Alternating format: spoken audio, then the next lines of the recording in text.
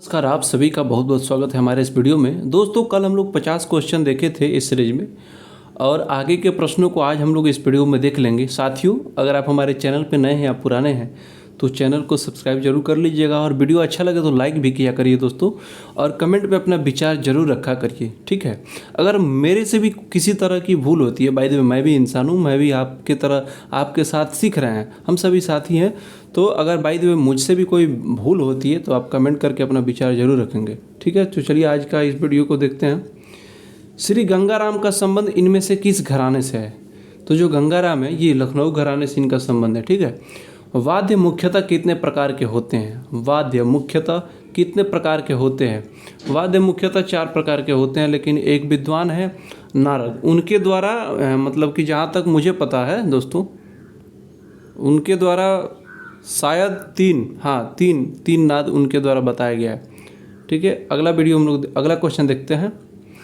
मृदंग वादक के नख होने चाहिए, मृदंग वादक के जो नख होने चाहिए मुलायम होने चाहिए, ठीक है। दाहिनी ओर वादन दंड से बजाते हैं तो बाईं ओर किससे बजाई जाती है? जब दाहिनी ओर वादन दंड से बजाते हैं तो बाईं ओर जो बजाई जाती है वो उसका वादन दंड से ही होता है, ठीक है। निम्नलिखित में से क्या औनतवाद नहीं है? निम्नलिखित में से क्या औनतवाद नहीं है? यानी कि इसमें जो देखना है, देखिए वैसे तो इसमें आंसर आपका ये होना चाहिए संतूर, ठीक है। बुक में बहुत सारा मिस टाइपिंग रहता है, जिससे देखिए वैसे भी संगीत के कुछ ऐसे पुस्तक हैं, मतलब कि जो ये तो प्रैक्टिस सेट वगैरह आते हैं मार्केट में, इनकी तो अलग बात है। जो प्रमाणित पुस्तक हैं उसमें भी अलग अलग, अगर आप 2-4 बुकों को पढ़ रहे हैं तो बहुत सारा टॉपिक पे आपको कन्फ्यूजन हो जाएगा, किसी में कुछ किसी में कुछ। तो संगीत ऑलरेडी एक कन्फ्यूजन पैदा कर देता है अगर आप तमाम पुस्तकों को पढ़ते हैं। तो उसमें किसी तरह का अगर बाय द वे किसी भी टीचर से अगर कोई बाय द वे कभी कोई किसी तरह का मिस होता है तो उसको दिल पे नहीं लेना चाहिए, क्योंकि कंटेंट ही है और उस कंटेंट को ही हम लोग फॉलो कर रहे हैं। ऐसा नहीं है कि कोई माँ के पेट से सीख करके आता है, ठीक है। और मेरा तो ये मानना है कि बाय द वे मेरे से भी कोई भूल होती है तो आप कमेंट करके ज़रूर बताएंगे, उससे फ़ायदा ये होगा कि हो सकता है मेरे से गलती हुई हो तो मुझे भी पता चल जाए।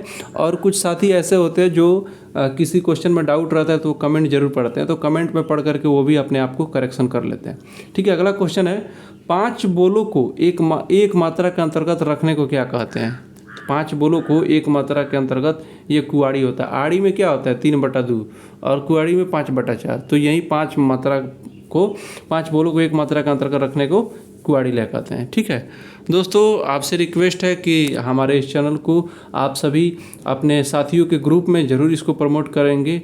आप सभी जल्द से जल्द हमारे चैनल पे 1000 साथियों का समूह बनाने में मेरा सहयोग करेंगे, जिससे आपके लिए जो मैं मेहनत कर रहा हूँ उससे मुझे भी मोटिवेशन होगा, मेरा भी कुछ भला हो जाएगा और आपके लिए निरंतर ऐसे ही तमाम और भी सब्जेक्टों का मैं प्रैक्टिस कराता रहूँगा, ठीक है। अभी STT के लिए हम लोग कर रहे हैं, BPSC के लिए भी कर रहे हैं, लेकिन मेरा ये लक्ष्य है कि अगर आप सभी का साथ मिला तो STT के बाद जो BPSC TRE 4 होने वाला है उसमें हम तमाम और सब्जेक्टों को भी मैं विस्तृत रूप से मैं किसी टीम के माध्यम से या खुद मैं इस चैनल पे आप सभी को दिखाऊं। तो चलिए अगला क्वेश्चन है 57 नंबर। ध धा धिन ता, ये बोल किस ताल के हैं? ध धा धिन ता, ठीक है। धा धा धिन ता ये 3 ताल के, ठीक है, 16 मात्रा का। इनमें से किस ताल में 2 खाली होती है? 3 ताल में 2 खाली होती है, ठीक है। कमेंट करके जरूर बताएंगे किस किस मात्रा पे खाली होती है। समान मात्रा विभाग वाली ताल है, समान मात्रा व विभाग वाली ताल है एक ताल, और एक रुद्र ताल भी होता है दोस्तों, रुद्र ताल भी होता है जिसमें 11 मात्रा होता है, ठीक है, और 11 विभाग। आइए अगला क्वेश्चन है, बायां बंद करके धड़धीन की भांति कौन सा बोल बजेगा? बायां बंद करके, ठीक है, 1 मिनट। बायां बंद करके धड़धीन की भांति कौन सा बोल बजेगा? 60 नंबर क्वेश्चन का आंसर हो जाएगा डी नंबर ऑप्शन। ड्योढ़ी गति से चलने वाली चाल कहती है, 3/2 का भी मैं समझाएं, उसको आड़ी बोलते हैं। वैदिक काल में किस प्रकार के संगीत का उल्लेख मिलता है? शास्त्र गीत, लोक संगीत, शास्त्रीय लोक दोनों। देखिए इसमें से वैदिक काल में ये नहीं मिलते थे, ठीक है, उसमें वैदिक संगीत ही चलता था, इसलिए कोई भी नहीं होगा। किस वेद में ऋग्वेद के मंत्रों को गाने की विधि दी गई है? सामवेद में, ठीक है। गायन संबंधी जितने भी चीज़ हैं वो सामवेद में मिलते हैं। गंधर्व विद्या का सबसे महत्वपूर्ण अंग क्या है? गंधर्व विद्या का सबसे महत्वपूर्ण अंग राग है। अगला क्वेश्चन देखते हैं, माई म्यूजिक माई लाइफ के लेखक है पंडित रविशंकर। ध्यान रखेंगे बहुत बार पूछा गया है, पंडित रविशंकर का पुस्तक है ये, ठीक है। अगला क्वेश्चन हम लोग देख लेते हैं, 1 मिनट थोड़ा सा मैं इसको जूम कर लूँ। थोड़ा सा संसाधन का अभाव है दोस्तों, अगर आप सभी का सपोर्ट मिला तो वो भी ठीक हो जाएगा धीरे धीरे। और एक मेरे मित्र का कमेंट आया था कि जो वीडियो का क्वालिटी है वो 360 से कम पे नहीं हो रहा है। तो दोस्तों मेरे पास भी, मैं आप सभी समझ रहे हैं, आर्थिक परेशानी है, संसाधन की अभाव है। अगर आप सभी का सहयोग मिला तो धीरे धीरे वो सब चीज़ें भी मैं ठीक करूँगा, ताकि और बेहतर ऑप्शन के साथ और बेहतर क्वालिटी के साथ आप सभी को वीडियो दिखाई जाए। चलिए अगला क्वेश्चन है, ताल की कितनी जातियाँ हैं? तो ताल की 5 जातियाँ हैं। मैं अभी पिछले वीडियो में समझा चुका हूँ कि ताल की 5 जातियाँ। देखिए आपको मैं बता दूँ, एक चतस्त्र, ठीक है, तिसत्र, और उसके बाद में आपका खंड, उसके बाद में एक मिश्र होता है और एक संकीर्ण होता है। लिखने में थोड़ी सी परेशानी हो रहा है, बस आप भावना को समझेंगे। ये चतस्त्र में 4 मात्रा, तिसत्र में 3 मात्रा, खंड में आपका 5 मात्रा, मिश्र में 7 मात्रा, संकीर्ण में 9 मात्रा होता है। वहीं जाति बताया गया है। ये सब कर्नाटक पद्धति के अंतर्गत आते हैं। 2 भिन्न तालों से निर्मित ताल को क्या कहते हैं? 2 भिन्न तालों से निर्मित ताल को क्या कहते हैं? एक ताल, ठीक है। आदि लय किसे कहते हैं? आदि लय सवाई लय को कहते हैं। दोनों हाथों को द्वारा ताली देकर ताल दिखाने की क्रिया को क्या कहते हैं? दोनों हाथों के द्वारा ताली देकर ताल दिखाने की क्रिया को मेरे हिसाब से दोस्तों सशब्द बोलते हैं, ठीक है, सशब्द क्रिया। किस ताल में 6 मात्राएं हैं? किस ताल में 6 मात्राएं हैं? तो दादरा में 6 मात्राएं हैं, ठीक है, और एक और भी 6 मात्रा का है खेमटा, ठीक है। अगला क्वेश्चन हम लोग देख लेते हैं। रेला किस लय में बजाते हैं? रेला किस लय में बजाते हैं? तो उसका आंसर द्रुत लय में बजाते हैं, ठीक है, तबले पे। आवृत्ति शब्द से क्या अभिप्राय है? आवृत्ति का मतलब होता है आवर्तन, यानी कि एक पूरा चक्र, ठीक है, तो ये हो जाएगा। संगीत में काल की अवधि को क्या कहते हैं? संगीत में काल की अवधि को ताल कहते हैं। दीपचंदी ताल का प्रयोग किसके साथ होता है? ठुमरी के साथ होता है। तानपुरे का उल्लेख सर्वप्रथम किस ग्रंथ में मिला? तानपुरे का उल्लेख सर्वप्रथम संगीत परिजात में मिला, ठीक है, अहोबल के संगीत परिजात में तानपुरे का सर्वप्रथम उल्लेख संगीत परिजात में मिला।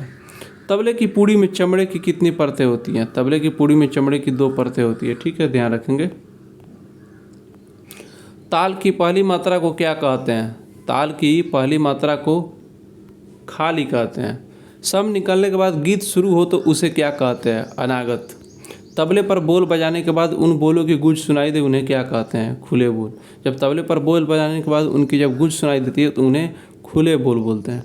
अगला क्वेश्चन हम लोग देख लेते हैं। औनद बाद में किसकी प्रधानता रहती है? लय प्रधान है, ठीक है। कर्नाटक ताल, देखिए औनद बाद क्या चमड़े का निर्मित बाद होता है, वो लय के लिए ही बजाया जाता है, ठीक है। कर्नाटक ताल पद्धति में मुख्यतः ताले हैं। कर्नाटक ताल में मुख्यतः 7 ताले हैं, जिनको सप्तसुलादी ताले बोला जाता है, ठीक है। ध्रुमट रूपक जम त्रिपुट एक ऐसे करके है। कुआड़ी लय को क्या कहते हैं? कुआड़ी लय को सावागुन। कुआड़ी लय को सावागुन कैसे बोलते हैं दोस्तों? ये आपका 5/4 है, तो 1.1/4, हाँ ठीक है, सावागुन हो जाएगा। बियाड़ी लयकारी को 2.25 गुण, 7/4 को आप करेंगे भागा तो समझ में आ जाएगा। भारतीय ताल प्रति माणुद्रुत पर कौन सा चिन्ह है? ये है, ठीक है, सही है एकदम। 85 नंबर, औनद बाद किसके बने होते हैं? औनद बाद जो होते हैं लकड़ी और चमड़े के होते हैं, ठीक है, तो लकड़ी का मुख्यतः ये बना होता है उसका सिराखार। ठेका कितनी आवृत्ति का होता है? कोई भी ठेका 1 आवृत्ति का होता है, उसका 2 गुण 3 गुण बजाएंगे तब जा करके होगा, लेकिन मुख्यतः ठेका की आवृत्ति 1 ही होता है। देसी ताले कितनी है? ठीक है, तो देसी ताले ये ऑप्शन के हिसाब से 8 दिया हुआ है दोस्तों। वैसे तो मुझे पता है संगीत रत्नाकर में 120 देसी ताले हैं और 5 मार्गी ताले हैं, तो कुल मिलाकर के 125 ताले होती है, लेकिन इस बुक में ऑप्शन ही नहीं है, 8 ये दिया हुआ है। इस क्वेश्चन का कंसेप्ट दोस्तों ऑनेस्टी से मैं बता रहा हूँ, इसका कंसेप्ट मुझे भी पता नहीं है। फिलहाल बुक में इसका ऑप्शन 8 दिया हुआ था, ठीक है, मैं स्टडी किया था इसको। तो वैसे ये अगर 87 नंबर क्वेश्चन के बारे में कोई हमारे मित्र जो इसको डिटेल से जानते होंगे तो कमेंट करके ज़रूर बताएंगे, ताकि मैं उसको पढ़ सकूँगा, ठीक है। मार्ग ताले कितनी होती है? तो मार्ग ताले तो 5 ताले होती है, अभी मैं बताया हूँ। दादरा ताल में कितने विभाग होते हैं? ये दो विभाग होते हैं 3-3 मात्रा का। तबले का जन्म कहाँ हुआ? दिल्ली, ठीक है। वैसे तबले के आविष्कारक अमीर खुसरो को माना जाता है, और तबले का जो दिल्ली घराना का जो ये प्रवर्तक है उनको सिद्धार्थ खां माना जाता है। किस ताल की पहली मात्रा पर खाली होता है? रूपक पे। ये रिपीटेड क्वेश्चन है दोस्तों, ये बीपीएससी में पूछा गया है, इसलिए मैं बोलता हूँ कि कोई भी क्वेश्चन हो या किसी भी बोर्ड का हो या कहीं से भी हो, किसी भी साल का हो, उस पर गारंटी नहीं है कि वो नहीं आएगा, ठीक है। कर्नाटक तालपद्धति में 3 ताल किस प्रकार लिखते हैं? तो कर्नाटक तालपद्धति में इस प्रकार लिखते हैं। किस ताल के ठेके में 1.5 मात्रा का धाव होता है? खेमटा में 1.5 मात्रा का धाव होता है। सितार कौन सा वाद्य है? सितार सभी जानते हैं, तार का वाद्य है, तत्वाद्य है। अगला क्वेश्चन देख लेते हैं हम लोग 95। सितार में तरबों की संख्या, तरब की तार 11 तार होते हैं। सितार का दूसरा तार क्या कहलाता है? सितार का दूसरा तार क्या कहलाता है? ठीक है, सितार का दूसरा और ये तीसरा तार दोस्तों मेरे हिसाब से जोड़े का तार होना चाहिए, ठीक है। चिकारी का तार किस स्वर में मिलाते हैं? चिकारी का तार मध्यम में मिलाते हैं, लेकिन आपको मैं बता दूं तार सड़ज से मिलाते हैं, या बुक के हिसाब से गलत है, ठीक है, तार सड़ज होना चाहिए सही। सितार के तार पर किससे प्रहार किया जाता है? ये तो सितार मिजराब से प्रहार किया जाता है, सही है, सितार मिजराब का है, मतलब मिजराब से वादन होता है। सितार की चिकारी में किस नंबर का तार प्रयोग होता है? सितार की चिकारी में देखिए 6 नंबर और 7 नंबर दोनों का होता है। सितार में पहला तार किस नंबर का होता है? ठीक है, ये आंसर हो जाएगा। चल थाट के सितार में पर्दों की संख्या कितनी होती है? अक्सर क्या होता है ना दोस्तों, कभी कभी किसी एग्जाम में एग्जामिनर उल्टा पुल्टा भी कुछ क्वेश्चन का जो भाषा होता है सेट कर देता है, तो उसको समझते हुए थोड़ा सा आंसर एडजस्ट करना पड़ता है। चल थाट के सितार में पर्दों की संख्या कितनी होती है? 16 से 19 होते हैं, ठीक है, और अचल में फिक्स होता है 24। चिकारी के तार पर क्या बजाया जाता है? चिकारी के तार पर झाला बजाया जाता है, ठीक है, द्रुत गति से भी बजता है। सितार में पर्दों की कितनी संख्या होती है? 17 से 20, यानी कि 16 से 24 आपको रियल आंसर हो जाएगा, ठीक है। सितार पर कितने प्रकार की गत बजाई जाती हैं? 2 प्रकार की, मस्जिद खानी और रजा खानी। सितार पर आलाप जोड़े के बाद कौन सी गत बजाते हैं? तो मस्जिद खानी गत हो जाएगा। पंडित रविशंकर किस अंश से गाते हैं? पंडित रविशंकर किस अंश से गाते हैं दोस्तों? पंडित रविशंकर ख्याल अंश से गाते हैं, ठीक है। सितार वादन का अंत किसके साथ होता है? सितार वादन का अंत घसीट के साथ होता है। सितार का आविष्कारक किसने किया? अमीर खुसरो सितार का आविष्कारक है वो। अगला क्वेश्चन हम लोग देख लेते हैं 109 नंबर। सितार का तुम्बा किससे बना होता है? तो लकड़ी से। इस राज में कितने तारों का प्रयोग होता है? ठीक है, 4 तारों का प्रयोग होता है, ठीक है। वायलिन में भी 4 तारे होते हैं।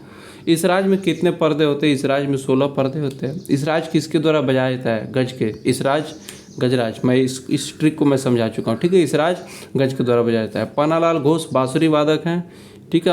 अलाउद्दीन खां के ये 7 शिष्य थे, ठीक है। फूंक की सहायता से कौन सा वाद्य बजता है?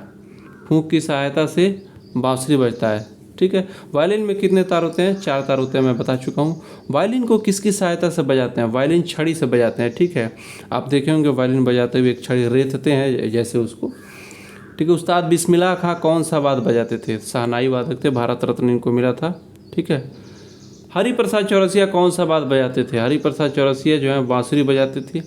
पंडित बिलायत खां का प्रिय वाद्य कौन सा है? सितार। बिलायत खां भी सितार बजाते थे, हरिप्रसाद चौरसिया बांसुरी बजाते थे, ठीक है। ये ध्यान रखेंगे दोस्तों। आप देख रहे होंगे कि मैं आपको प्रैक्टिस सेट से आपका प्रीवियस ईयर क्वेश्चन मैं करा रहा हूँ। मुझे जो भी अच्छा लग रहा है, जो आपके एग्ज़ाम में सफलता हासिल दिलाने में मदद कर सकता है, कहीं से भी वो मैं कंटेंट ढूंढ करके आपके समक्ष ला रहा हूँ। बस आप अपना साथ निभाइए, मैं आपको जो वादा किया उसको निभाऊंगा। मैं आपको इतना शानदार कंटेंट दे दूंगा आपके सिलेबस को ध्यान में रखते हुए, जिससे आप सफलता हासिल करेंगे। और आप जब सफल होंगे तो आप जो दुआ देंगे हमको, वो मेरे लिए बहुत फलीभूत होगा। मैं इसी सोच के साथ मैं आप सभी के समक्ष आया हूँ कि अगर आपका भला होगा तो मेरा भी भला होगा ज़रूर, ठीक है। पंडित निखिल बनर्जी कौन सा वाद्य बजाते थे? पंडित निखिल बनर्जी सितार बजाते थे, ठीक है। और इन्होंने सितार में 8 तारों की चर्चा किया है। कौन सा वायलिन कलाकार हिंदुस्तानी एवं कर्नाटकी संगीत दोनों में दक्ष है? एम राजन। ये हिंदुस्तानी और कर्नाटकी दोनों संगीत में दक्ष है। संगीत रत्नाकर में कितनी तालों का उल्लेख है? 120 देसी तालों का उल्लेख है, और 5 वैसे मुख्यतः 120 ही माने जाएंगे, ठीक है। 5 तो मार्गी ताले हैं, लेकिन मुख्यतः 120 है। भारत का सर्वप्रथम मान्य चर्मवाद्य कौन सा है? सबसे पहला डमरूवाद है और सबसे प्राचीन माना जाता है। निम्नलिखित में से रामायण काल में किस औनदवाद का वर्णन नहीं है? देखिए, मृदंग, तबला और डमरू का तो वर्णन है, लेकिन पखाव उस समय नहीं मिलता है, ठीक है। मतंग ने किस बीड़ा का निर्माण किया? मतंग ने किन्नरी बीड़ा का निर्माण किया। तो साथियों 125 प्रश्न इसमें हम लोग सॉल्व किए और मिलते हैं नेक्स्ट वीडियो में और भी शानदार कंटेंट के साथ। तो अगर अब तक चैनल को सब्सक्राइब नहीं किए हैं तो आपसे हम्बल रिक्वेस्ट है, प्लीज़ आप हमारे चैनल को सपोर्ट करें ताकि मोटिवेट होकर के मैं आपके लिए शानदार कंटेंट ला सकूँ। तो दोस्तों मिलते हैं नेक्स्ट वीडियो में।